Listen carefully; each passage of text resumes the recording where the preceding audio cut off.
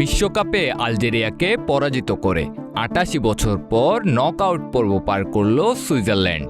আজ ৯টায় শেষ ৩২-এর ম্যাচে আলজেরিয়ার মুখোমুখি হয় সুইজারল্যান্ড।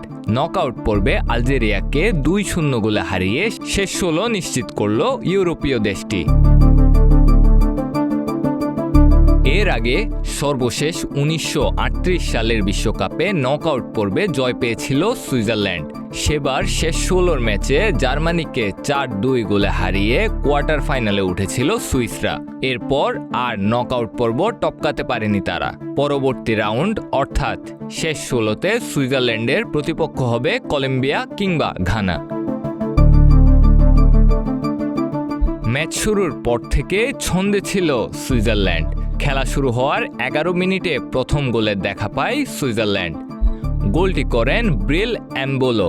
প্রথমার্ধের ৪৬ মিনিটে আরও একটি গোলের দেখা পায় সুইজারল্যান্ড। দারুণ এক শটে দ্বিতীয় গোল করেন ড্যান অ্যান্দুয়ে।